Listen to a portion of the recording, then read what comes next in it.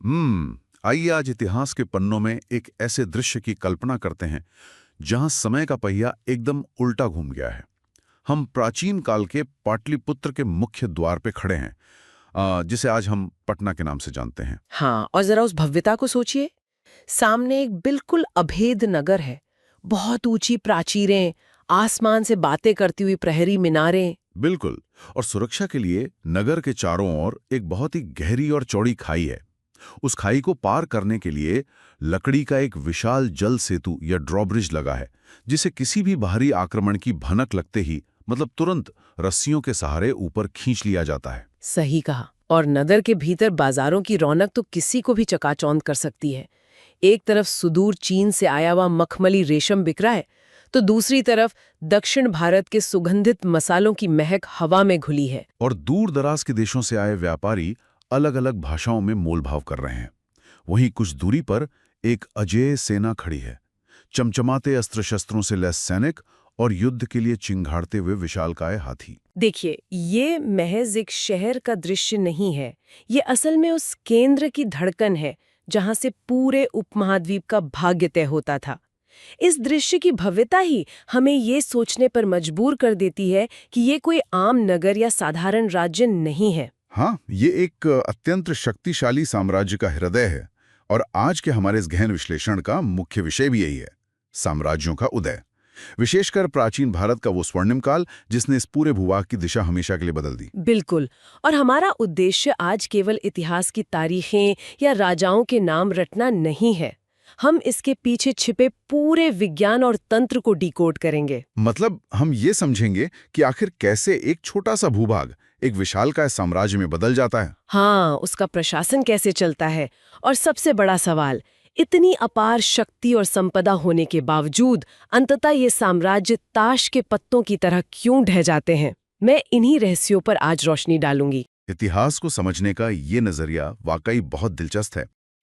पाटलिपुत्र की इन ऊंची दीवारों और बाजारों की चकाचौंध से थोड़ा बाहर निकलकर अगर हम बुनियादी ढांचे पर आएं, तो एक शब्द है जो बार बार सामने आता है, साम्राज्य। जी। आम बोलचाल में हम अक्सर राज्य और साम्राज्य को एक ही तराजू में तौल देते हैं, लेकिन प्राचीन दस्तावेजों की परतें खोलने पर यह साफ हो जाता है कि इन दोनों की प्रकृति में जमीन और आसमान का फर्क है।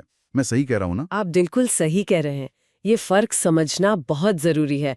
अगर हम इस अवधारणा की गहराई में जाएं, तो साम्राज्य को लैटिन भाषा के एक शब्द इम्पोरियम से बहुत अच्छी तरह समझा जा सकता है। इम्पोरियम, इसका क्या मतलब होता है? इम्पोरियम का सीधा सा अर्थ है सर्वोच्च सत्ता या परम अधिकार। ये केवल जमीन के एक टुकड़े पर कब्जा नहीं है। ये शक्ति का एक ऐसा विचार है जिसके ऊपर कोई और शक्ति खड़ी ही नहीं हो सकती। अच्छा, तो मतलब एक साधारण राज्य का आकार बहुत सीमित होता है। हाँ, उसकी सीमाएं छोटी होती हैं। उस पर एक राजा शासन करता है और उसकी प्रशासनिक व्यवस्था बहुत ही सीधी और सरल होती है। पर जब हम साम्राज्य की बात करते हैं, तो वो असल में कई छोटे छोटे राज्यों को निगलकर बना एक बहुत बड़ा समूह होता है। उसके शिखर पर जो बैठता है वो राजा नहीं बल्कि सम्राट होता है। प्राचीन ग्रंथों में उन्हें सम्राज या राजाधिराज अर्थात राजाओं का राजा कहा गया है। अगर मैं इस व्यवस्था को आज के आधुनिक व्यापारिक नजरिए से समझूं, तो एक राज्य किसी गली के छोटे से पुश्तैनी कारोबार की तरह है। एक छोटी सी दुकान जहां एक ही मालिक है, वही गल्ले पर बैठता है और वही सारा हिसाब किताब रखता है। बहुत बढ़िया उदाहरण है। लेकिन साम्राज्य एक विशाल व्यापारिक घराने या कहें तो बहुत बड़े मल्टीनेशनल कॉरपोरेशन की तरह है। यह तंत्र धीरे धीरे आसपास के छोटे व्यापारियों और कंपनियों का अधिग्रहण कर लेता है। बिल्कुल। और वे छोटी कंपनियां अपना काम तो कर रही हैं, लेकिन आखिर में उनका सारा मुनाफा और उनकी वफादारी उस मुख्य व्यापारिक घराने के मुख्यालय यानी राजधानी को ही जाती है। मैं आपकी इस एनालॉजी से पूरी तरह सहमत हूँ। तो प्राचीन समय में इन छोटी कंपनियों को क्या कहा जाता था? साम्राज्य के ढांचे में इन छोटी कंपनियों को सामंत या अधीन राज्य कहा जाता था। देखिए, ये सामंत पूरी तरह स्वतंत्र नहीं होते थे। उन्हें सम्राट की अधीनता स्वीकार करनी पड़ती थी। मतलब इन्हें कुछ टैक्स वगैरह देना पड़ता होगा? टैक्स से भी कहीं ज्यादा। अपनी निष्ठा साबित करने के लिए लगातार भारी कर, हाथी, घोड़े या बहुमूल्य वस्तुएं भेंट के रूप में राजधानी भेजनी पड़ती थीं। बाप रे। यहाँ तक कि कई बार तो इन सामंतों को अपने पुत्रों को सम्राट के दरबार में सेवा के लिए छोड़ना पड़ता था। वाकई। ये तो एक तरह की कूटनीतिक बंधक व्यवस्था हो गई। बिल्कुल, ताकि वे विद्रोह ना कर सकें। इतने बड़े पैमाने पर प्रशासन को चलाने के लिए हर स्तर पर नियंत्रण रखना होता था, जिसके लिए अधिकारियों की एक बहुत बड़ी और जटिल फौज खड़ी की जाती थी। लेकिन यहाँ मेरे दिमाग में एक बहुत बड़ा व्यवहारिक सवाल उठता है। हजारों अधिकारियों की इस फौज को नियमित वेतन देना, सामंतों की बगावत को दबाते रहना, अलग अलग बोलियों और संस्कृतियों वाले हजारों किलोमीटर के क्षेत्र को एक धागे में पिरो के रखना, ये सब तो एक भयानक सिरदर्द है। सिरदर्द तो है ही।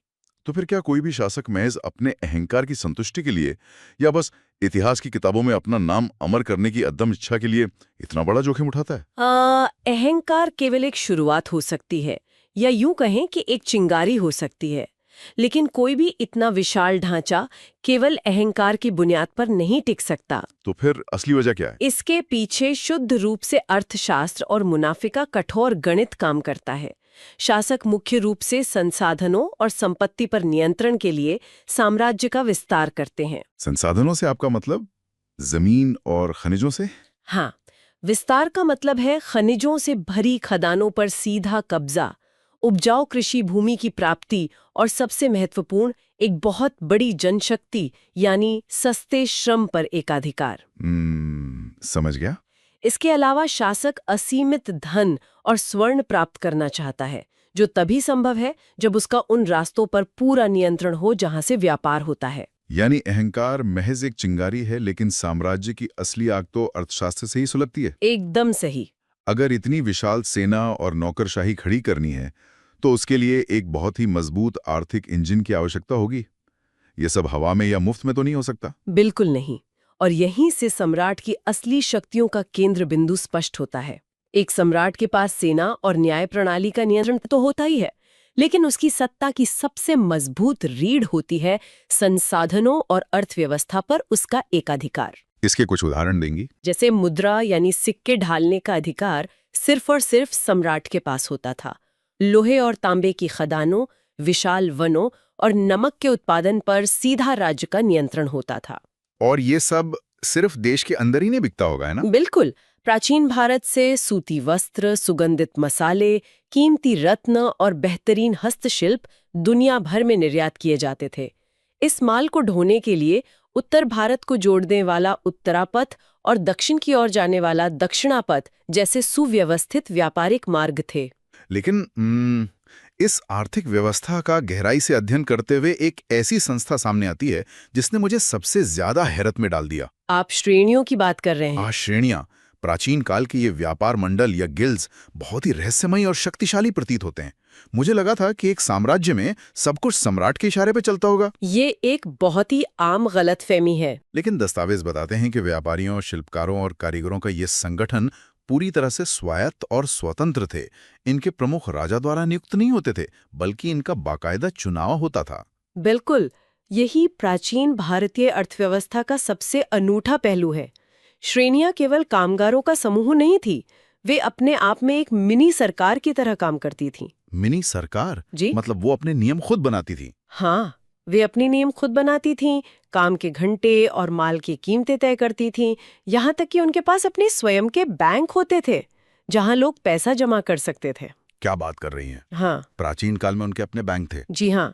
और सबसे हैरानी की बात बताऊं, सुरक्षा के लिए कई श्रेणियों के पास अपनी खुद की निजी सेना या रक्षक दल भी हुआ करते थे। वाकई? हाँ, जो माल को एक जगह से दूसरी जगह ले जाते समय लुटेरों से बचाते थे। ये तो बहुत अजीब है। एक तरफ हम बात कर रहे हैं एक सम्राट की जिसके पास परम सत्ता है, जिसने अपने राज्य में एम्पोरियम स्थापित किया है। हाँ, फिर वो सम्राट अपने ही आंगन में इन श्रेणियों को एक समानांतर सरकार की तरह आजादी से काम क्यों करने दे रहा है? अगर किसी व्यापार मंडल के पास अपनी निजी सेना है और अपना बैंकिंग सिस्टम है, तो क्या ये सम्राट की अपनी सत्ता और शक्ति के लिए एक सीधा खतरा नहीं था? एक तानाशाह शासक इसे कुचलने की बजाय बर्दाश्त क्यों करेगा? ये एक बहुत ही तार्किक शंका है जो आपके मन में आई, लेकिन इसका उत्तर हमें प्राचीन शासकों की व्यवहारिक समझ में मिलता है। वो कैसे?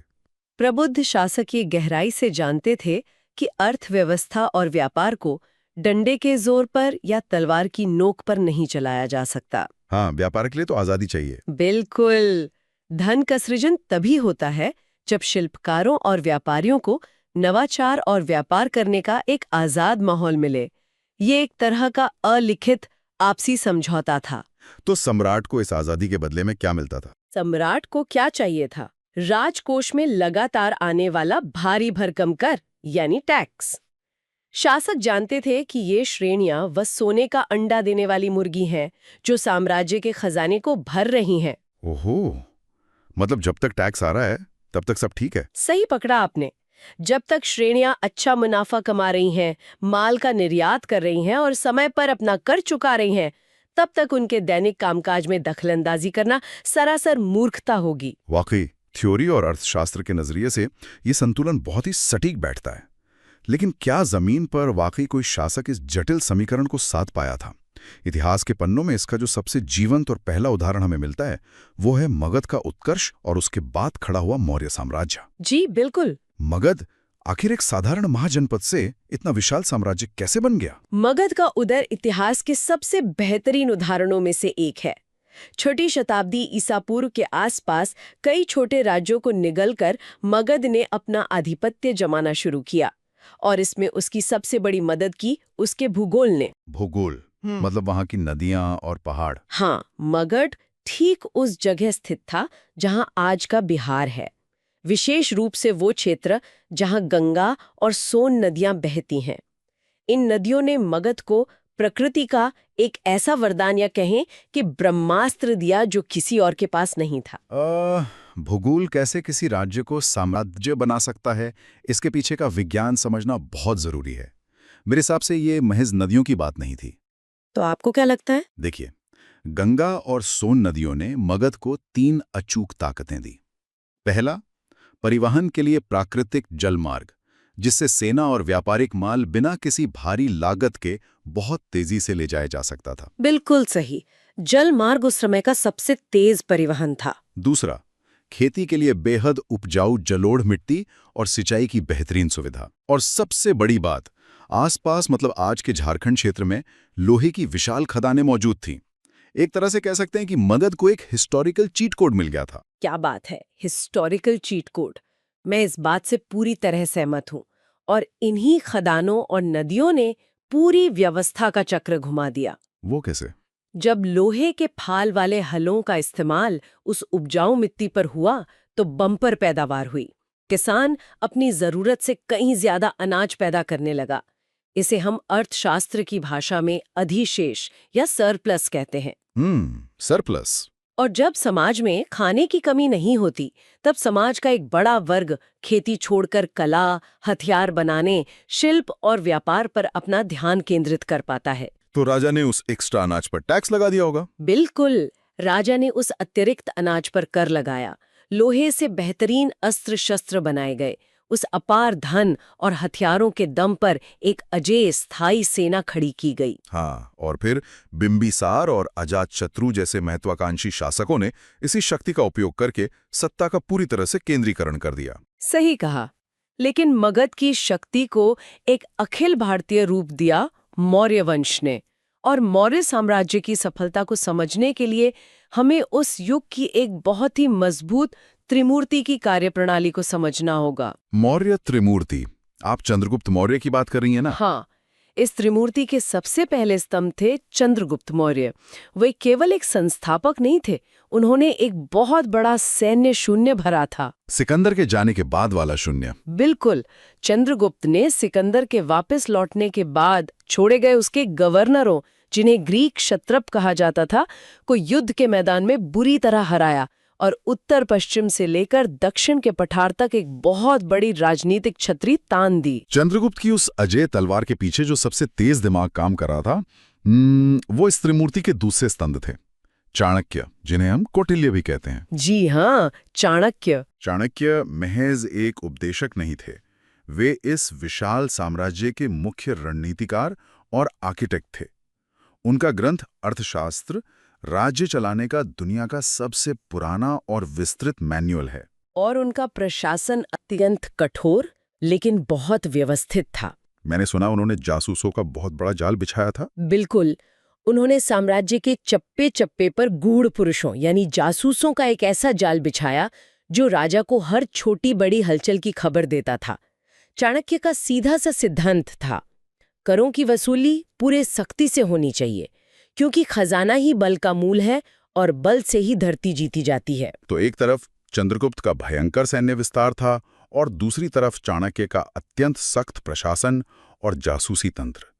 लेकिन जब हम इस त्रिमूर्ति के तीसरे और सबसे आखिरी स्तंभ सम्राट अशोक तक पहुंचते हैं, तो पूरी कहानी एक हैरान करने वाला मोड़ ले लेती है। कलिंग युद्ध वाला मोड़। हाँ, कलिंग युद्ध में हुए भीषण रक्तपात और लाखों मौतों को देखने के बाद अशोक सैन्य विस्तार का रास्ता छोड़ देते हैं और धम्म, दया और लोक कल्याण का मार्ग अपनाते हैं। ये इतिहास का एक बहुत बड़ा टर्निंग पॉइंट था। प्राचीन दस्तावेजों में सोहगौरा ताम्रपत्र नामक एक अभिलेख का जिक्र आता है, जो इस बदलाव का बहुत बड़ा सबूत है। जी, सोहगौरा ताम्रपत्र। ये ताम्रपत्र किसी युद्ध की जीत का जश्न नहीं मनाता। ये इस बात का रिकॉर्ड है कि जब राज्य में अकाल पड़ेगा तो अकाल पीड़ितों के लिए अन्न कहाँ से आएगा और अन्नागारों का प्रबंधन कैसे होगा। ये एक शुद्ध रूप से लोक कल्याणकारी या वेलफेयर राज्य का प्रशासनिक आदेश है। ये बहुत ही महत्वपूर्ण बिंदु है। यहाँ एक बहुत ही गहरा सवाल मेरे मन में उठता है। क्या अशोक को ये भान हो गया था कि केवल चाणक्य की जासूसी और चंद्रगुप्त की नंगी तलवार के दम पर इतने विशाल साम्राज्य को सदियों तक टिकाए नहीं रखा जा सकता? जनता का पेट भरना और उनका विश्वास जीतना भी उतना ही जरूरी है। मैं कहूंगी कि ये इतिहास का एक बहुत ही परिपक्व निष्कर्ष है। देखिए, शक्ति और भय से आप किसी राज्य पर कब्जा तो कर सकते हैं, लेकिन उसे एक स्थायी व्यवस्था में ढालने के लिए आपको जनता की नजरों में अपनी सत्ता को न्याय संगत ठहराना होता है। मतलब उन्हें ये लगना चाहिए कि राजा उनके भले के लिए है। बिल्कुल। सोहगौरा ताम्रपत्र इस बात का स्पष्ट संकेत है कि राज्य प्रशासन अब केवल कर वसूलने और युद्ध लड़ने वाली मशीन नहीं रह गया था। वो ये सोच रहा था कि संकट के समय उसकी जनता जीवित कैसे रहेगी। क्योंकि एक शासक यह जानता है कि जब राज्य लोगों के जीवन की रक्षा करता है, तभी आम नागरिक उस राज्य व्यवस्था की रक्षा करते हैं। एकदम सही। और अशोक की ये सोच स्वाभाविक रूप से हमें एक ऐसे विचार की ओर ले जाती है जिसे विद्वानों ने साम्राज्य का विरोधाभास या द इंपीरियल पैराडॉक्स कहा है। द इंपीरियल पैराडॉक्स, ये क्या है? ये एक ऐसी गहरी सच्चाई है जो हर साम्राज्य की नींव में एक छिपे हुए रोग की तरह बैठी होती है। ये एक बहुत बड़ा विरोधाभास है, क्योंकि साम्राज्य अपने आप में निर्माण और विनाश दोनों का एक साथ प्रतीक है। निर्माण और विनाश एक साथ, थोड़ा समझाएंगे? अगर हम इसके सकारात्मक पक्ष को देखें तो यह एक बहुत बड़े भूभाग में अप्रत्याशित शांति और समृद्धि लेकर आता है। जब कई छोटे राज्य एक झंडे के नीचे आ जाते हैं तो उनके बीच रोज रोज होने वाले युद्ध खत्म हो जाते हैं। हाँ, एक ही मुद्रा चलती है, एक ही कानून लागू होता है। बिल्कुल। और इस राजनीतिक एकता और सुरक्षित सीमाओं के भीतर व्यापार अपने चरम पर पहुंच जाता है और एक तरह का स्वर्णिम युग आ जाता है। ये तो सिक्के का एक पहलू हुआ, लेकिन इस तथाकथित शांति की कीमत कितनी भयानक होती है। साम्राज्यों की स्थापना कोई आपसी सहमति या शांतिपूर्ण बातचीत से नहीं होती। यह कलिंग जैसे भयंकर युद्धों, रक्तपात और लाखों लोगों की आहुति देकर होती है। यही तो विरोधाभास है। और समस्या केवल स्थापना पर खत्म नहीं होती। उस विशाल क्षेत्र पर अपना कब्जा बनाए रखने के लिए साम्राज्य को लगातार अपनी शक्ति का प्रदर्शन करना पड़ता है। जी हाँ, कहीं कोई सामंत सिर उठा रहा है, कहीं कोई जनजाति विद्रोह कर रही है। हाँ, उन्हें कुचलने के लिए लगातार सेना भेजनी पड़ती है। यह तो एक चक्रव्यूह की तरह है। शांति स्थापित करने के लिए भयंकर हिंसा की जाती है। बिल्कुल। तो क्या इसका मतलब यह है कि हर साम्राज्य अपनी ही कोख में अपने विनाश का बीज बो देता है?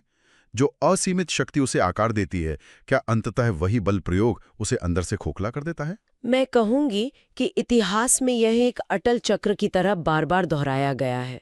जब कोई साम्राज्य लगातार बल प्रयोग करता है तो उसके आर्थिक संसाधन नई सड़कें या अन्नागार बनाने की बजाय सेना, हथियारों और विद्रोहों को कुचलने पर खर्च होने लगते हैं। और फिर राजा को और ज्यादा टैक्स लगाना पड़ता होगा। बिल्कुल।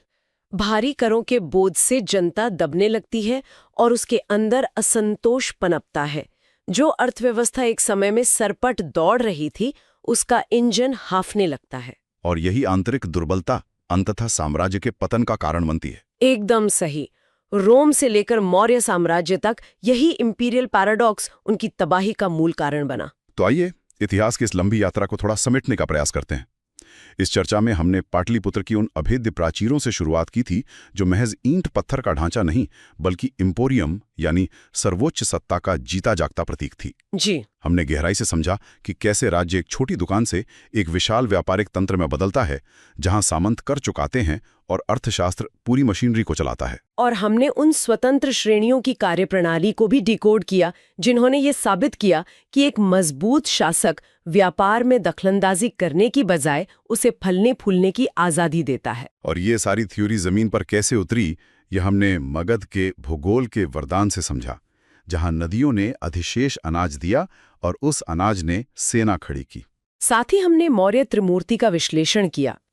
चंद्रगुप्त की अजेय तलवार, चाणक्य का जासूसी तंत्र से बुना गया सख्त अर्थशास्त्र और अशोक का वो ऐतिहासिक बदलाव जिसने एक लोक कल्याणकारी राज्य की नींव रखी।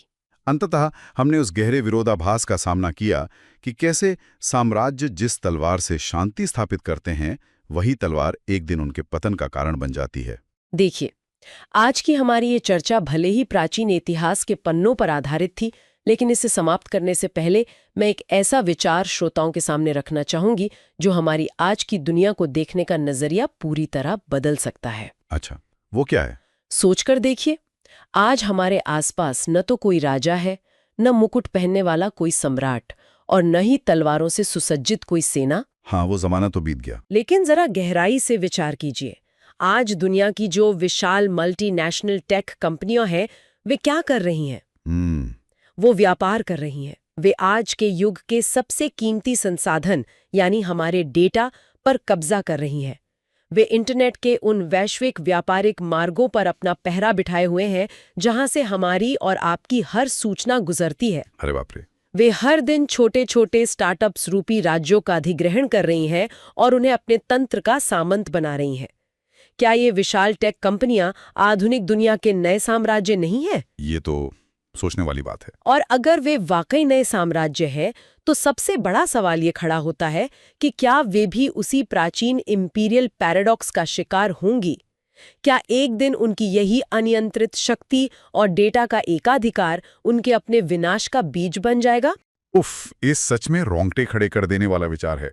प्राचीन काल में पाटलिपुत्र के लोगों ने अपनी सुरक्षा के लिए शहर के चारों ओर ईंटों की विशाल दीवारें और गहरी खाइयां बनाई थीं। आज हम सब ऐसे डिजिटल साम्राज्यों के बीच खड़े हैं जिनकी दीवारें हमें आंखों से दिखाई तो नहीं देती, लेकिन वो हमारे जीवन के हर हिस्से को उसी तरह जकड़े हुए हैं। बिल्कुल। ये सोचने पर विवश करता है कि क्या इतिहास सच में गुजर गया है या उसने सिर्फ अपना चोला बदल लिया है। इसी गहरे विचार के साथ हम आज के इस गहन विश्लेषण को यहीं विराम देते हैं। सोचने और समझने के लिए अभी भी बहुत कुछ बाकी है।